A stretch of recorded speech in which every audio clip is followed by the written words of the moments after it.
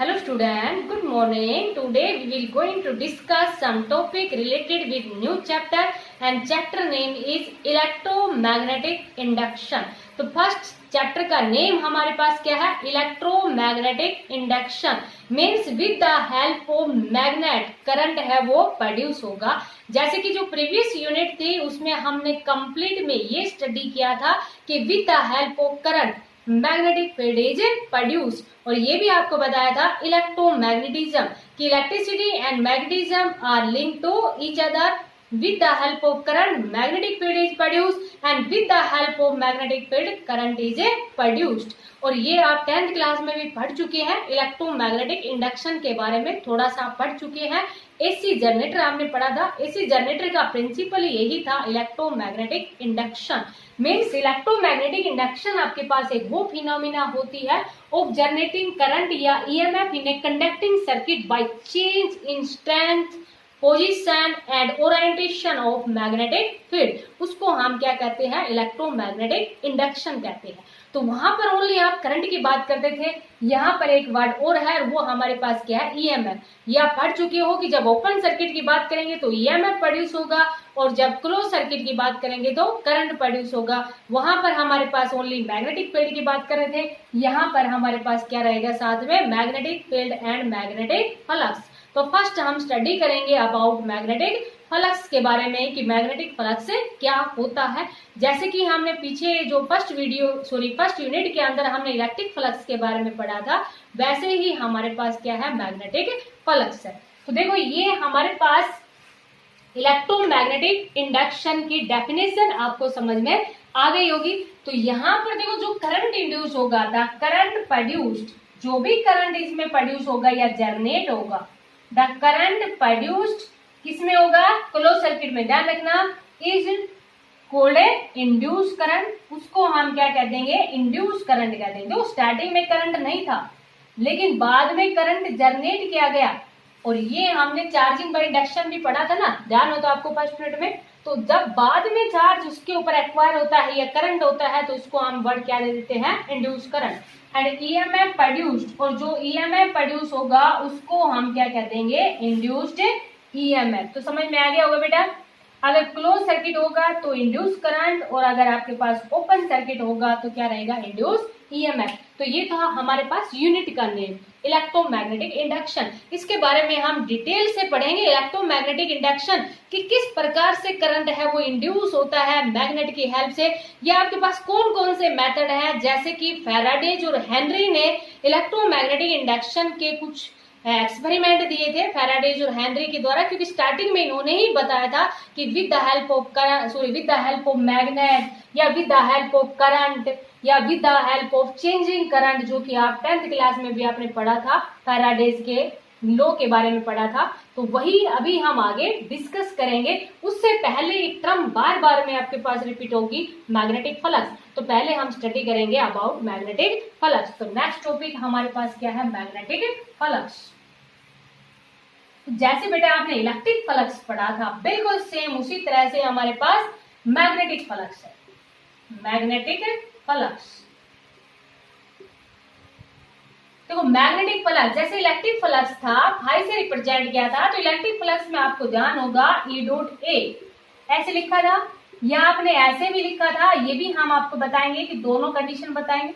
ऐसे ही magnetic flux है, magnetic flux को हम ऐसे लिखेंगे और मैग्नेटिक फ्लक्स को हम ऐसे भी लिखेंगे। तो वो दोनों कंडीशन आपको बताएंगे कि ऐसे कब लिखा जाएगा और ऐसे कब लिखा जाएगा। तो बिल्कुल सिमिलर है वैसे ही जैसे इलेक्ट्रिक फ्लक्स कहा था, total number of electric field line passing over A close area, उसको इलेक्ट्रिक फ्लक्स कहा था। बिल्कुल सिंपल वही डेफिनेशन है यहाँ पर भी कि total number of magnetic field line crossing the surface area normally. लेकिन यहाँ पर जो सरफेस एरिया है, क्योंकि जब नॉर्मली की बात करेंगे मीन्स जो एरिया वेक्टर है उसके साथ एंगल 0 डिग्री, तो सरफेस के साथ एंगल कितना होगा? 90 डिग्री होगा ना, तभी मैक्सिमम मैग्नेटिक फ्लक्स प्रोड्यूस होगा।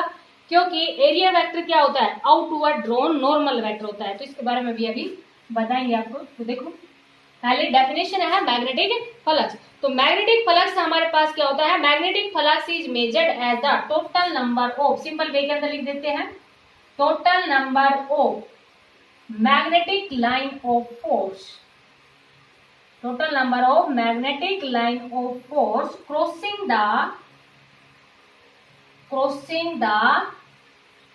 surface normally. कैसे क्रॉस करे? नॉर्मली क्रॉस करे तब मैक्सिमम मैग्नेटिक फ्लक्स होगा। मीन्स हम ये भी कह सकते हैं कि magnetic flux is the dot product of B and A. और जब डॉट प्रोडक्ट की बात करते हैं तो हमारे पास एंगल क्या आ जाता है? B A cos of theta. तो जैसे कि मान लीजिए हम कोई भी एक क्लोज सरफेस ले लें, जैसे कि ये हमने एक क्लोज सरफेस ले लिया, इस तरह से हमने एक ऐसे क्लोज सरफेस ले लिया। इससे total number of magnetic field lines कितनी पास हो रही है? तो टोटल नंबर, ये हमारे पास मैग्नेटिक फील्ड है और ये हमारे पास क्या है? सरफेस है। मैक्सिमम कब होगा? जब सरफेस के साथ एंगल है वो कितना हो? 90 डिग्री हो। लेकिन ये सरफेस है वो हमने देखो थोड़ा सा तिरछा लिया है। जब तिरछा लिया है ना, थोड़ा सा ध्यान रखना बेटा, देखो अगर हम सीधा सरफेस लें तो ये हमारे पास मैग्नेटिक फील्ड हो गया और ये हमारे पास एरिया, और मैग्नेटिक फील्ड और सरफेस एरिया नॉर्मली हो गए ना, तो एरिया वेक्टर इसी डायरेक्शन में हो जाएगा। बोले समझ में आएगा नहीं? क्योंकि एरिया वेक्टर क्या होता है? आउटवर्ड ड्रॉन नॉर्मल वेक्टर होता है। मीन सरफेस के जो परपेंडिकुलर होता है उसको हम क्या कहते हैं? एरिया वेक्टर कहते हैं। तो समझ में आई बेटा? ये क्या हो जाएगा? B dot A. तो total number of magnetic field lines इस सरफेस से कितनी पास हो रही है वो क्या कहलाता है? Magnetic flux. लेकिन अगर सरफेस हमने थोड़ा सा तिरछा ले लिया, अब नॉर्मली नहीं लिया ना, तो एरिया वेक्टर इस डायरेक्शन में तो हो नहीं सकता। एरिया वेक्टर सरफेस के नॉर्मली होता है। इट मीन्स जितना ये एंगल बना रहा है थोड़ा सा तिरछा, उतना एंगल ये बना लेगा। इस चीज को समझना है ओनली। तब मैग्नेटिक फ्लक्स है उसको हम क्या लिख देंगे? बी डॉट ए, और dot product means B A cos of theta. समझ आया बेटा? तो मैग्नेटिक फ्लक्स बिल्कुल सिमिलर इलेक्ट्रिक फ्लक्स की तरह ही है। मैग्नेटिक फ्लक्स हमारे पास क्या होता है? Total number of magnetic field line passing through the surface normally, कि टोटल मैग्नेटिक फील्ड लाइंस है वो सरफेस के नॉर्मली होनी चाहिए। अब एरिया वेक्टर, जैसे देखो ये मैग्नेटिक फील्ड था, एरिया वेक्टर है वो खुद नॉर्मल होता है सरफेस के। सरफेस थोड़ा सा तिरछा ले लिया तो एरिया वेक्टर जितना तिरछा सरफेस लिया है, मीन्स जैसे कि स्ट्रेट से जितना एंगल बनाया उतना ही एंगल किसका रहेगा? एरिया वेक्टर का रहेगा। तो फाई इज इक्वल टू क्या हो जाएगा? B dot A means B A cos of theta. अब मैक्सिमम कंडीशन निकाल लो बेटा। मैक्सिमम देखो यहां से B A cos of theta, तो यहां देखो मैक्सिमम कब होगा? जब बी ए थीटा है वो हमारे पास कितना हो? 0 डिग्री। जब थीटा 0 डिग्री है तो कोस 0 की वैल्यू कितनी होती है? 1। तो मैग्नेटिक फ्लक्स है वो मैक्सिमम हो गया ना। इट मीन्स आपको समझ में आ गया होगा कि when magnetic field and area are क्या है? Parallel to each other. Magnetic field and area vector, sorry, magnetic field and area vector are parallel to each other. Area vector parallel है तो सरफेस कैसा है बेटा? नॉर्मल, क्योंकि area vector तो खुद आउटवर्ड ड्रॉन नॉर्मल वेक्टर होता है जो 90 डिग्री का एंगल बनाता है एरिया के साथ। समझ आ रही है ना ये बात? क्या कहा? Theta is equal to 0 degree. Theta is equal to 0 degree किसके बीच में एंगल है आपके पास?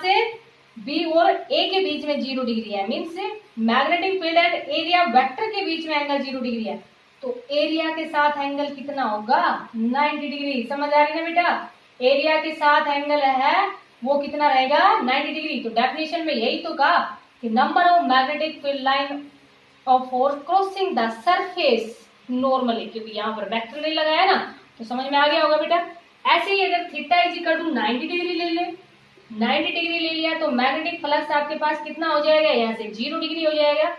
मैग्नेटिक फ्लक्स 0, तो बी और ए के बीच में एंगल कितना है? 90 डिग्री। बी और ए के बीच में एंगल 90 डिग्री है ना। Magnetic field and area vector के बीच में एंगल 90 डिग्री है, तो एरिया के साथ कैसा रहेगा? ये टेंजेंशियली रहेगा। तो मिनिमम मैग्नेटिक फ्लक्स कब होगा?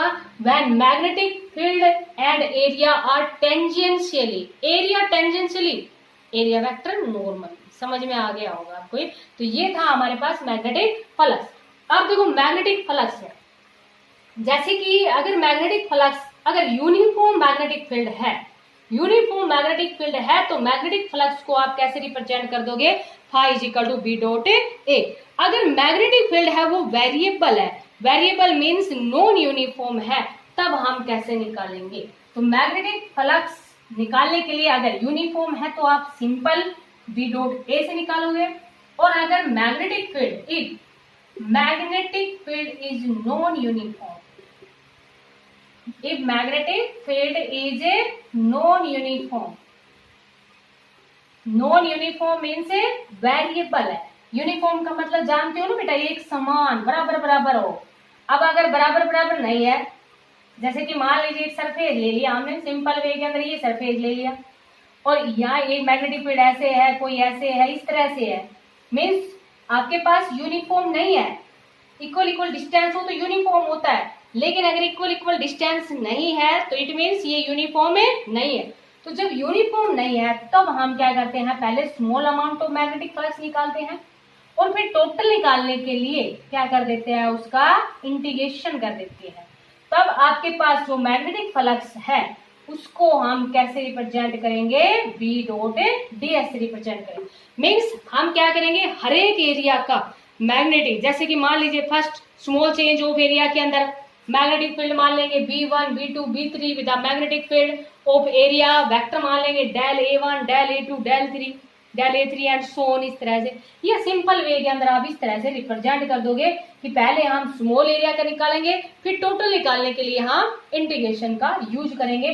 तो ये आपको फॉर्मूला कब लगाना है, जब मैग्नेटिक फील्ड है वो नॉन यूनिफॉर्म हो, मीन्स मैग्नेटिक फील्ड है वो वेरिएबल है, तब आप इस तरह से लगाओगे फॉर्मूला। और अगर मैग्नेटिक फील्ड यूनिफॉर्म है आपके पास तो simple phi is equal to B dot A. समझ में आ गया होगा आपको ये। नेक्स्ट हम बात करते हैं यूनिट की। तो यूनिट ऑफ मैग्नेटिक फ्लक्स है वो हमारे पास क्या रहेगी, weber.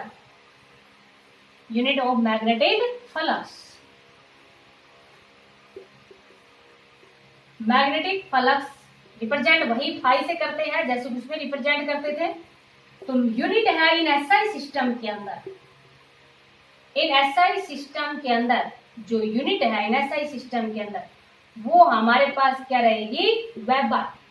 Unit of magnetic flux in SI system क्या रहेगी, हमारे पास वेबर रहेगी, जिसको हम रिप्रेजेंट करेंगे किससे, WB से रिप्रेजेंट करेंगे। और 1 वेबर है वो amount of magnetic flux of N area of. देखो अभी आपको बिल्कुल डेफिनेशन से, जब भी यूनिट आपको लिखनी हो तो किससे लिखते हैं, उसके फॉर्मूले से लिखते हैं। तो देखो मैग्नेटिक फ्लक्स है वो 1 वेबर कब होगा, जब एरिया तो कितना हो 1 मीटर स्क्वायर, और मैग्नेटिक फील्ड है वो कितना हो 1 टेस्ला। और देखो इनके बीच में area vector and magnetic field है, उनके बीच में एंगल 0, इट मीन्स एरिया के साथ एंगल कितना है 90 डिग्री। समझ में आ गई होगी बेटा, ये बात दोबारा रिपीट की है। तो 1 वेबर अगर आपको डिफाइन करना है तो बिल्कुल सिंपल उसी तरह से ये एरिया तो कितना ले लिया जाए 1 metre square, and magnetic field है वो कितना ले लिया जाए 1 टेस्ला ले लिया जाए। समझ आया बेटा। तो 1 वेबर आप कैसे डिफाइन करोगे, 1 weber is the amount of magnetic flux over an area of 1 square metre crossing the, जैसे कि जो आपके पास क्रॉस कर रहा था, किससे क्रॉस कर रहा था, क्लोज सरफेस से। तो 1 square metre held normal to the uniform magnetic field of 1 tesla. समझ में आ गई होगी बेटा। 1 वेबर, देखो मैग्नेटिक फील्ड कितना हो 1 टेस्ला, एरिया आपके पास कितना हो 1 स्क्वायर मीटर, तो उसको हम क्या कह देंगे 1 वेबर। तो 1 weber is the amount of magnetic flux over an area of 1 square metre और passing through the close surface area. अगर लिखना चाहो तो लिख देना, या सिंपल वे के अंदर सीधा भी लिख सकते हो। 1 square metre held normal to a uniform magnetic field of 1 tesla, उसको हम क्या कहेंगे 1 वेबर कहेंगे। अब देखो अगर इसके डायमेंशनल फॉर्मूले की बात करें, या सिंपल देखो आपके पास 1 वेबर है ना, 1 वेबर, उसको आप क्या लिख दोगे 1 टेस्ला मीटर स्क्वायर भी लिख दोगे, 1 टेस्ला मीटर स्क्वायर। तो एसआई सिस्टम के अंदर यूनिट है वो टेस्ला मीटर स्क्वायर भी लिख सकते हो, और एसआई सिस्टम के अंदर जो यूनिट है वो वेबर भी लिख सकते हो। अगर सीजीएस सिस्टम की अगर बात करें तो सीजीएस सिस्टम के अंदर जो यूनिट है, सीजीएस सिस्टम में जो यूनिट है वो हमारे पास क्या है मैक्सवेल।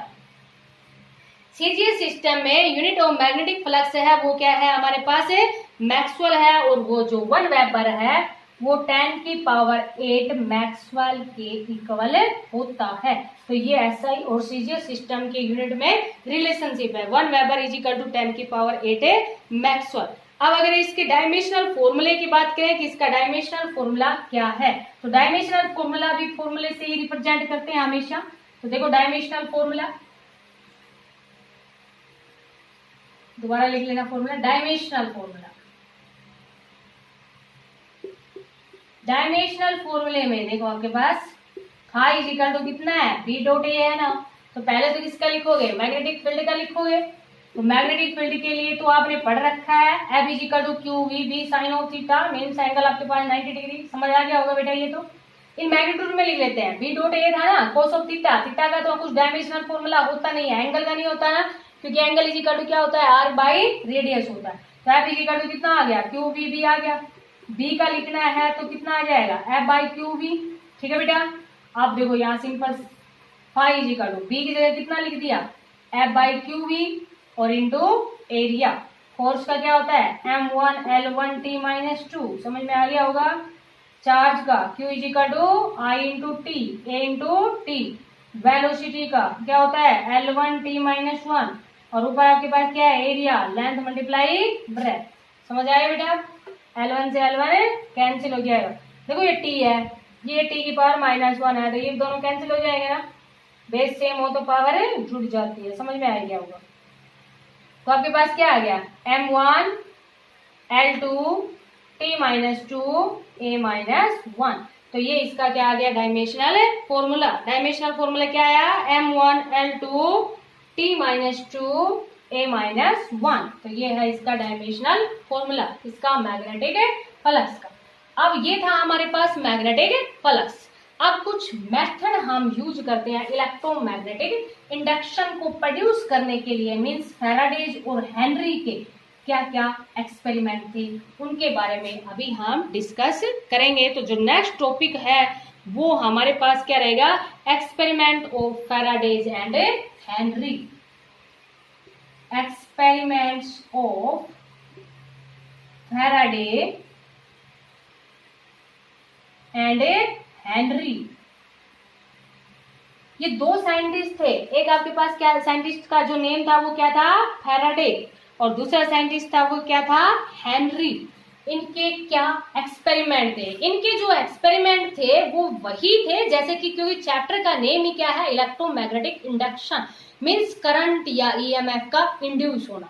तो इनके जो एक्सपेरिमेंट थे वो सिमिलर जो आपने थोड़ा सा 10th क्लास में पढ़ा है, यहाँ थोड़ा सा अभी डिटेल से पढ़ लेंगे। तो फर्स्ट इन्होंने जो एक्सपेरिमेंट दिया बताया वो क्या था, current induce by a magnet. जो फर्स्ट इनका एक्सपेरिमेंट था, एक्सपेरिमेंट फर्स्ट, वो क्या था, करंट इंड्यूस बाय मैग्नेट। बहुत ही सिंपल सा था, current induce by a magnet, कि एक मैग्नेट की हेल्प से करंट है वो इंड्यूस होता है। तो देखो बेटा, एक्सपेरिमेंट ऑफ फैराडेज और हेनरी में first experiment current induce by a magnet. तो देखो यहाँ क्या किया, current induce by a magnet के अंदर क्या ले लिया, एक कोयल ले ली, और एक कोयल के अंदर देखो जितने ज्यादा number, large number of turns लेना चाहो उतने लार्ज नंबर ऑफ टर्न्स ले सकते हो। आप सिंपली एक ही कोयल ले लिया हमने जैसे, और यहाँ पर क्या लगा दिया, गैल्वेनोमीटर लगा दिया, क्योंकि जो करंट इंड्यूस होता है वो बहुत ही स्मॉल होता है। गैल्वेनोमीटर के बारे में आप पढ़ चुके हो डिटेल से 3rd यूनिट में, कि galvanometer is an instrument which is used to detect the very small electric current. उसको हम क्या कहते हैं, गैल्वेनोमीटर कहते हैं। तो ये कोयल ले ली, उसके साथ एक गैल्वेनोमीटर लगा दिया, और यहाँ पर देखो current induce by a magnet, magnet की हेल्प से करंट इंड्यूस होना। तो यहाँ पर हमने क्या ले लिया कि मैग्नेट ले। समझ आया बेटा। अब देखो मैग्नेट का पहले इधर नॉर्थ पोल ले रखा है, सिमिलरली हम साउथ पोल से भी करेंगे। तो देखो क्या होगा कि पहले मैग्नेट है वो किसमें है, रेस्ट में है, मींस स्टेशनरी है। No current is induce in the galvanometer. तो गैल्वेनोमीटर के अंदर कोई भी करंट है वो इंड्यूस नहीं हुआ। अब क्या किया, ये एक्सपेरिमेंट है बेटा, इस तरह से एक्सपेरिमेंट करके देखा। ये जो मैग्नेट थी जिसका इधर नॉर्थ पोल है, इसको इसके पास में लेके आए। जैसे इसके पास में लेके आए, देखो मोशन में है अभी ये, समझ आ रहा है ना। पहले रेस्ट में थी, गैल्वेनोमीटर शोज नो डिफ्लेक्शन। अब क्या किया, इस मैग्नेट को इसके पास में लेके आए। जैसे इसके पास में लेके आते हैं, क्योंकि देखो इसके द्वारा क्या होंगी, जैसे इसके पास में लेके आए इसको, पहले ये रेस्ट में थी, इसको इसके पास में लेके आए तो इसके अंदर से क्या होंगी, मैग्नेटिक फील्ड लाइंस प्रोड्यूस होंगी। देखो ये नॉर्थ से स्टार्ट होती हैं और साउथ पे टर्मिनेट होती हैं। तो इस तरह से जैसे ही इसके पास में लेके आएंगे तो मैग्नेटिक फील्ड लाइंस है वो ऐसे इस तरह से ऐसे मैग्नेटिक फील्ड लाइंस है वो प्रोड्यूस हो जाएंगी। और जैसे जब ये रिलेटिव मोशन में है तो गैलोमीटर शोज डिफ्लेक्शन, जैसे इसके पास में लेके आए galvanometer shows deflection, it means current is induce in the coil, current था वो इंड्यूस हो गया, इसी को हम क्या कहते हैं, इंड्यूस करंट कहते हैं। समझ आया बेटा? बिल्कुल सिमिलरली क्या किया, इसको दूर लेके गए, when magnet is moved toward the coil, ये सब लिख देंगे बेटा, आप पहले समझ लो, when magnet is moved towards the coil, अभी डायरेक्शन ही बताएंगे किधर गैलोमीटर डिफ्लेक्शन दिखाएगा, डायरेक्शन किसने दी थी, जो नेक्स्ट आपके पास एक आर्टिकल रहेगा लेंज लो, साइंटिस्ट था लेंज, उसने एक लो में इसकी डायरेक्शन के बारे में बताया था। तो अभी हम ये कहेंगे बस ओनली गैलोमीटर शोज डिफ्लेक्शन, ये नहीं बताएंगे कि राइट में दिखाएगा या लेफ्ट में दिखाएगा, क्योंकि इन्होंने डायरेक्शन के बारे में नहीं बताया। When magnet is moved toward the coil the galvanometer shows a deflection, it means current is induce in the coil. शायद आपको बोलने से समझ आ ही रहा होगा, समझ आया बेटा? अब देखो क्या क्या, when magnet is moved away from the coil, magnet को इससे दूर लेके गए, the galvanometer shows again deflection but in opposite direction, लेकिन अब क्या होगा कि when magnet is moved away from the coil, away from the coil the galvanometer shows deflection, the galvanometer shows a deflection but in opposite direction, लेकिन यहाँ पर जो deflection दिखाएगा वो कौन सी डायरेक्शन में दिखाएगा, अपोजिट डायरेक्शन में, इट मीन्स अगेन करंट है वो इंड्यूस हो रहा है। तो जब ये रिलेटिव मोशन में थी तो गैलोमीटर शोज डिफ्लेक्शन, और जैसे ही इसको स्टेशनरी कर देंगे, रोक देंगे, देखो इसके पास में भी लेके आके इसको रोक देंगे तो गैलोमीटर ने जितना डिफ्लेक्शन दिखाना था उतना दिखा दिया, जैसे ही रेस्ट में आएगी गैलोमीटर शोज नो डिफ्लेक्शन। दूसरा बेटा, इसको जितना फास्ट रेट से लेके आएंगे, मीन जितना इसको स्पीड से लेके आएंगे गैलोमीटर शोज मोर डिफ्लेक्शन, तो गैलोमीटर है वो बिल्कुल इंस्टेंटली ज्यादा डिफ्लेक्शन दिखाएगा। तो जब if relative motion of magnet is more the galvanometer shows A more deflection. तो फर्स्ट आपको समझ में आ गया होगा कारण क्या था इसके पीछे कारण यही था कि बहन जब मैग्नेट को पास में लेके आ रहे थे तो पास में लेके आ रहे थे, it means with the help of magnetic field lines थी वो बढ़ गई थी, और मैग्नेटिक की हेल्प से करंट है वो इंड्यूस होता है, इसलिए करंट था वो गैलोमीटर शोज डिफ्लेक्शन। लेकिन जैसे दूर लेके गए मैग्नेटिक फील्ड लाइंस कम होगी तो गैलोमीटर ने अपोजिट डायरेक्शन में डिफ्लेक्शन दिखाएगा, सीधी सी बात है। मान लीजिए पहले राइट में दिखाया है, मीन ज्यादा करंट हुआ तो बाद में किस में हो जाएगा, कम हो जाएगा, लेफ्ट में। डायरेक्शन अभी रिप्रेजेंट नहीं करेंगे यहाँ पर, समझ आया? वैसे पहले केस में राइट ही होता है, दूसरे में लेफ्ट होता है, ये आगे हम डिस्कस करें। समझ आया बेटा?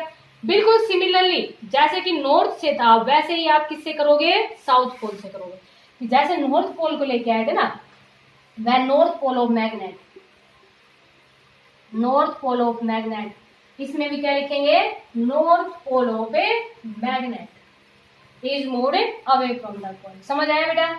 बिल्कुल सिमिलरली किसके द्वारा करेंगे, साउथ पोल के द्वारा करेंगे। लेकिन जब साउथ पोल के द्वारा करेंगे तो फर्स्ट केस में गैलोमीटर ने सपोज करो राइट में डिफ्लेक्शन दिखाया, तो साउथ पोल के द्वारा अपोजिट डायरेक्शन में डिफ्लेक्शन दिखाएगा।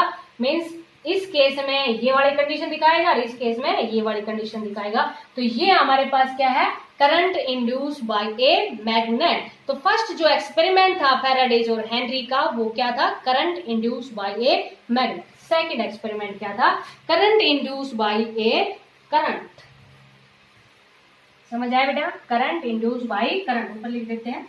एक्सपेरिमेंट सेकंड बहुत ही सिंपल सा है, ये यूनिट काफी इजी है आपके पास और काफी स्कोरिंग है। एक्सपेरिमेंट सेकंड क्या था, करंट इंड्यूस्ड बाय करंट।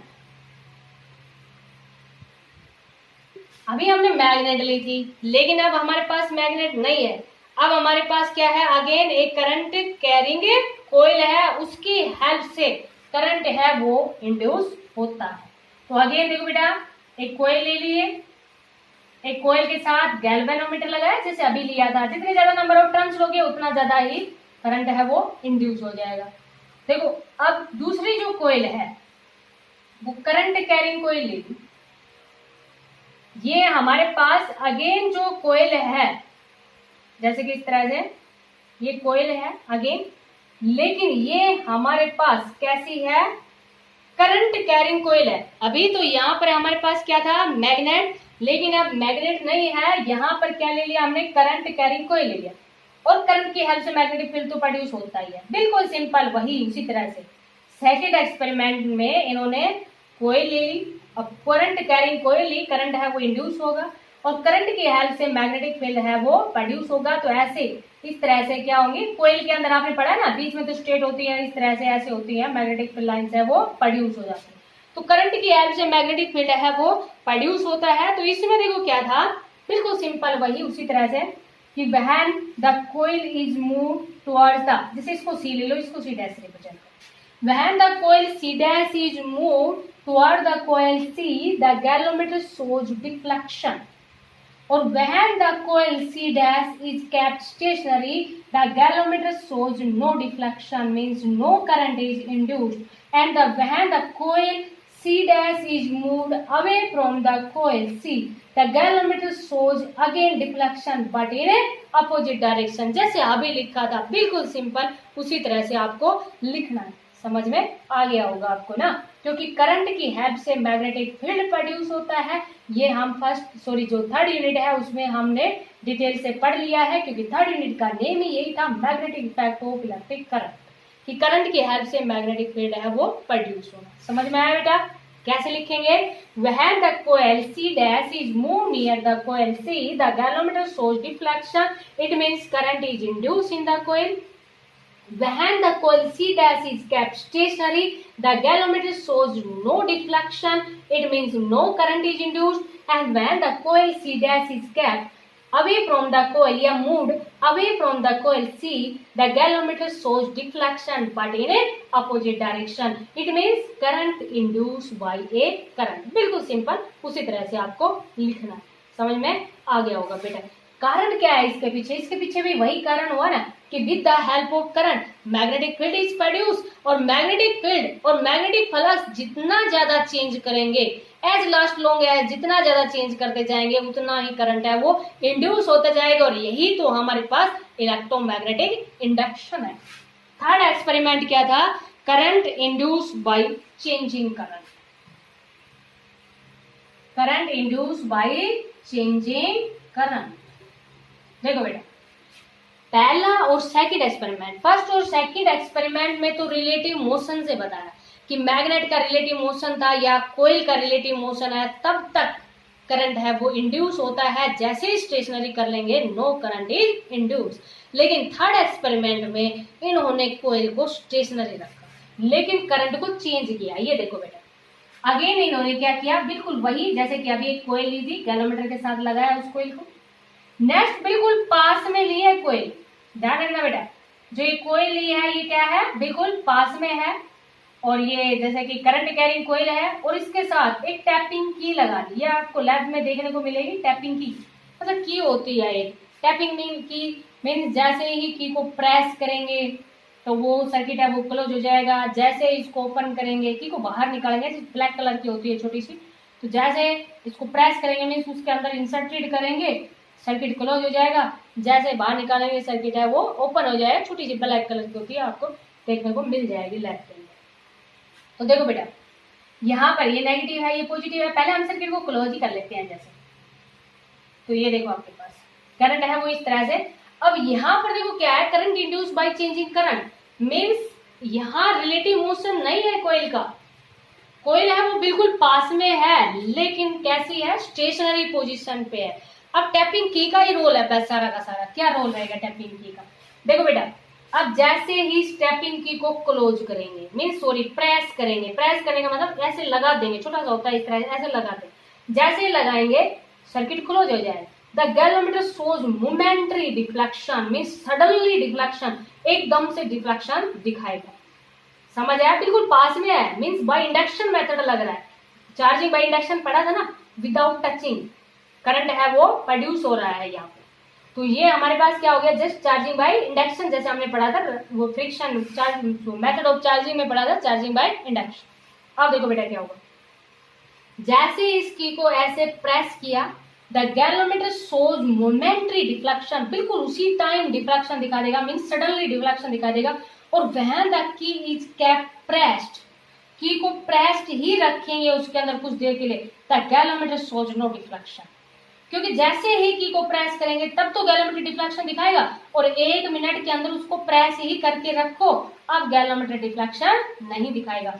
अब वैसे ही की को आप रिलीज करो, रिलीज करने का मतलब जैसे प्रेस किया था उससे ऐसे बाहर निकाले की को, जैसे ही उसको बाहर निकालते हैं galvanometer shows again deflection but in opposite direction, and when the key is kept released for some time, उसको बाहर ही रखेंगे थोड़े टाइम के लिए, the galvanometer shows no deflection. समझ आया बेटा कारण क्या था इसके पीछे, देखो इसके पीछे कारण क्या था, व्हेन की इज प्रेस्ड, की को क्या किया, प्रेस्ड किया, मीन्स उसके अंदर ऐसे इंसर्टेड किया, the galvanometer shows deflection, the galvanometer shows suddenly deflection, एकदम से डिफ्लेक्शन दिखाएगा।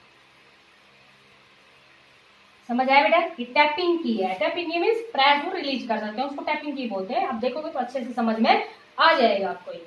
तो देखो बेटा, जब की को हमने प्रेस किया the galvanometer shows suddenly deflection, और when key is pressed, when key is pressed for some time, कुछ टाइम के लिए उसको प्रेस ही रखो, for some time the galvanometer shows no deflection. समझ आया बेटा कैसे, देखो स्टार्टिंग में सर्किट ओपन था, जैसे की को प्रेस किया मीन्स करंट था वो इसके अंदर से, ये करंट कैरिंग कोइल हो गए, और करंट कैरिंग कोइल की हेल्प से मैग्नेटिक फील्ड प्रोड्यूस होता है, मीन्स मैग्नेटिक फील्ड लाइंस बढ़ गई, मैग्नेटिक फ्लक्स बढ़ गया, और मैग्नेटिक फ्लक्स की हेल्प से करंट है वो इंड्यूस हो गया। और जब इसको थोड़ी देर के लिए देखो सपोज करो ये गैल्वेनोमीटर है, अब इसके अंदर स्टार्टिंग में यहाँ पर थी नीडल, अब जैसे की को प्रेस किया वो यहाँ आ गई, अब यहाँ आ गई वो ना इस पॉइंट के ऊपर आ गई, अब उसको कुछ देर के लिए प्रेस ही रखो, तो जहां पर उसको पहुंचना था वो तो पहुंच ही गई, अब चाहे उसको आधे घंटे तक प्रेस रखो या 1 घंटे तक प्रेस रखो, अब तो इसके ऊपर कोई इफेक्ट नहीं पड़ेगा। तो when key is pressed for some time the galvanometer shows a no deflection. समझ में आया बेटा, और when key is released, when key is released, अब की को क्या कर रहे हैं, release, the galvanometer shows suddenly deflection but in opposite direction, लेकिन अब किस में दिखाएगा, अपोजिट डायरेक्शन में दिखाएगा, और when key is released for some time the galvanometer shows no deflection. समझ में आया बेटा कैसे, देखो जैसे कि मान लीजिए इसके अंदर करंट यहाँ पर आ गए, की को प्रेस करने से यहाँ आ गई, अब की को रिलीज कर दिया, सर्किट ओपन, अब सर्किट ओपन हो गया तो देखो ये वही उसी पोजीशन पे आ जाएगी, तो इट मीन्स गैलोमीटर ने डिफ्लेक्शन दिखाया ना, लेकिन कौन से डायरेक्शन में दिखाया, अपोजिट डायरेक्शन में दिखाया, क्योंकि पहले तो इधर से इधर जा रही थी, अब इधर आ गई, अपोजिट डायरेक्शन में दिखाया। अब की को रिलीज रखो थोड़ी देर के लिए, अब कुछ कितनी देर के लिए की को रिलीज रखो, अब तो कोई डिफ्लेक्शन नहीं दिखाएगी क्योंकि ये यहाँ पर आ गई, सर्किट ओपन हो गया, एकदम से सडनली इसने डिफ्लेक्शन दिखाया जब की को रिलीज किया, लेकिन कुछ टाइम के लिए की को रिलीज ही रखोगे तो गैलोमीटर शोज नो डिफ्लेक्शन। तो ये थे फैराडेज और हेनरी के एक्सपेरिमेंट, और फैराडेज और हेनरी के एक्सपेरिमेंट थे वो जस्ट एक्सप्लेनेशन है किसकी, इलेक्ट्रोमैग्नेटिक इंडक्शन की।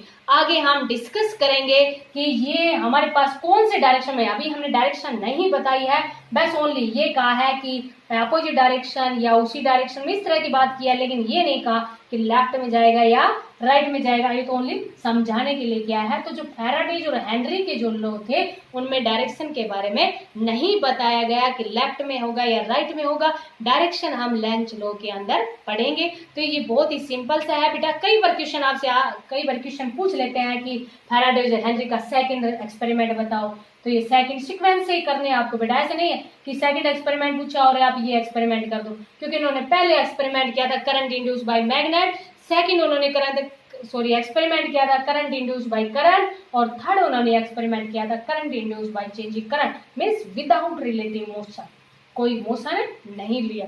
तो इसको आप अच्छे से अंडरस्टैंड करना। Thank you, have a nice day.